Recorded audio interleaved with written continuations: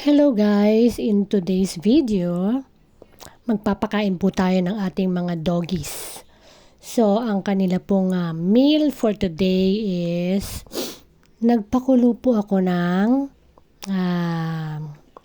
manok, chicken breast. And then, sinamahan ko na rin ng pechay. Yes, bali steam, boiled pechay. So, yan. At bagong luto pa nga po yung kanilang ulam na toppings. Yan yung pechay sa kayong chicken breast. So, unahin natin ilagay yung pechay. So, yan. Nakita nyo, napapaso pa ako dahil sa sobrang init. Bali, yung kanilang dog food ay ano po yan, pinalambot ko na po yan. Nauna ko na siyang pinalambot ng hot water. So, kasi nga, di ba nga ang dog food ay nakaka-dehydrate po. Kaya naman, ang ginagawa ko is, pinalalambot ko siya ng hot water. So, mga siguro 30 minutes ko siyang binabad sa hot water. So, nung malambot na siya, yan, nilalagyan ko naman siya ng ngayon ng toppings. Yun nga yung vegetable, which is pechay and meat, yung breast, chicken breast. So, hihimay-himayin ko po yung chicken breast para hahatiin ko sa kanilang apat. Bali, yung chicken breast is, pinakuluan ko yan ng mga, kasabay na kasi yan nung nagluto ako ng manok. So, pinakuluan ko siya ng mga siguro 10 minutes. Kumuha lang ako ng dalawang pieces ng breast para hati-hatiin sa kanilang apat. So, yan. Hihimay na natin ang chicken breast para hindi naman yan chunky-chunky. So, mas madali nilang ma-digest. Siyempre, kung hihimayin ninyo. So, nailagay na natin yung pechay. Ngayon, yung chicken breast. Ito naman ay hindi naman palagi kapag ka meron lang.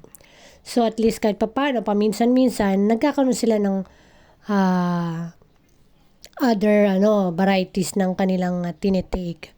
So, napakarami pong pwede sa kanila na mga gulay, na mga meat na pwede sa kanila basta walang lasa.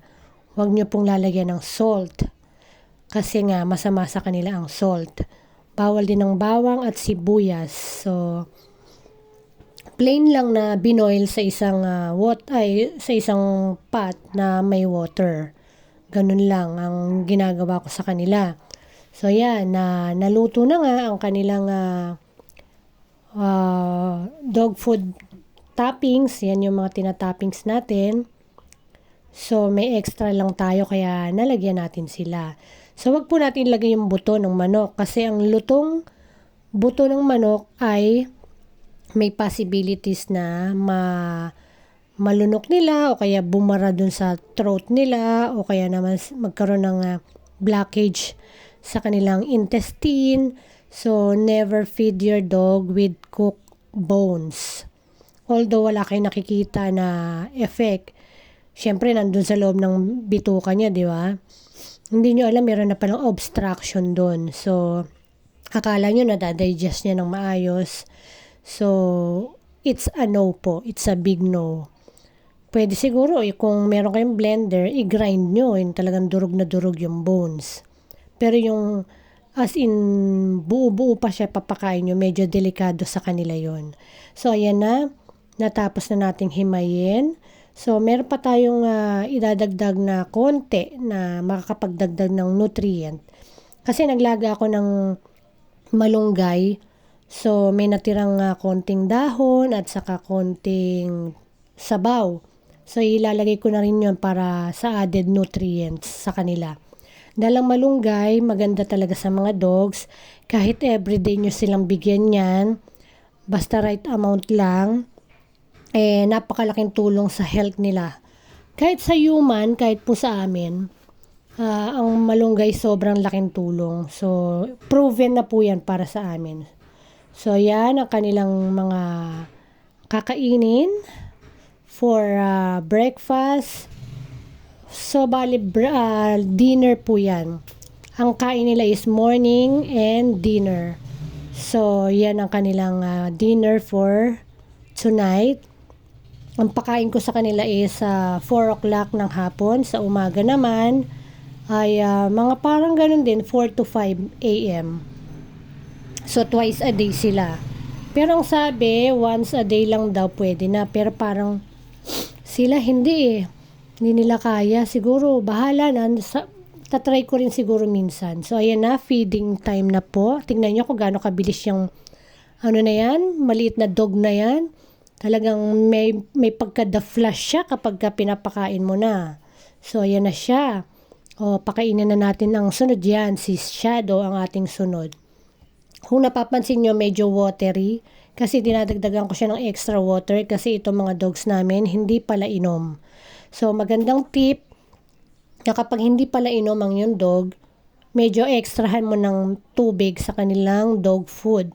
Para hindi man sila uminom, okay lang. So, yan naman si Snow. Ang behave, nakaupo pa agad, oh. So, malaking tulong sa kanila na may extra water. Lalo sa mga dogs na hindi pala inom. So, ayan. Kay Bailey naman, nandun siya sa labas, nakakulong kasi one time pinakain ko sila, nagkaroon talaga ng problema. Si Bailey medyo siya yung pinakamalaki, so nagdo-dominate siya sa mga dogs. Talagang nagkagulo sila. So, ito ang naisip kong gawin. Pagkakain si Bailey, dyan siya sa kulungan para safe ang lahat. So, medyo kasi, di ba, syempre, galing siya sa labas, medyo wild. So, at least sa parang yan, matitrain siya na maging behave when it comes to feeding. So, ayan na, lubos na nila yung kanilang mga food. Ganun lang kabilis. Lalo pag naamoy nila yung nilagang manok, yan, nilagang chicken liver, yan yung mga paborito nila eh. Yung mga talagang amoy na amoy nila habang niluluto pa lang. Talagang yung amoy pa lang, talagang hindi na sila mapakali. So pagka nalaman na nila ipapakain sa kanila yan, talagang on the spot, ubos, lalo yan si Shadow, yung itim. Grabe yan. Ito si Snow medyo nahihirapan kasi nga yung wala siyang stopper sa dog food bowl niya. Yung isa naman, ayun ang bilis din. Kahit maliit siya, talagang yung bituka niya malaki rin. So pero alalay din ang pakain ko dyan kay Yoko. Kasi nga minsan nasa sobra, parang naisusuka rin niya. So as a fur parent, kailangan alam mo rin yung capacity ng mga bituka nila. So ako, tinitingnan ko yung kapag alam kong medyo nasusuka sila, ibig sabihin na parami yung pakain mo. So, kailangan mo talagang sukatin. Minsan di ko rin sinusunod yung nasa feeding instruction. Kasi pag sinunod mo yon medyo hindi rin maging tama eh. So, parang iisipin mo pa rin, papakiramdaman mo pa rin yung kaya lang nila. Lalo kung wala naman sila masyadong activities, hindi mo siya pwedeng sundin yung nasa feeding instruction. So, kung ano lang yung kaya nila, obserbahan mo sila. Yun yung aking ginagawa para sa kanila. So, ayan, kita nyo naman. Tapos na silang kumain. So, ang saya-saya na naman nila. Sisimutin pa nila yung mga nahulog. Pwede ko na nga hindi hugasan yung mga dog food bowl nila sa sobrang linis. So, yan lang po. Tip lang sa mga fur parent na may mga healthy na food na good for them. Pwede kayo mag-research. Yan, mga budget-friendly na mga food na pwede sa kanila. So, yan lang po ang ating video for today. Feeding our dogs. So, I hope you learned something. And, ayan, maghuhugas naman tayo ng kanilang mga food bowl. Thanks for watching. See you on the next one. Love your pets. Take good care of them. So, yan yung buto. Tatapon na lang natin yan sa compost. Hindi ko rin pinapakain yung balat kasi nga nakaka-allergy rin sa kanila. So, yun lang. Tip lang po. Bye! God bless!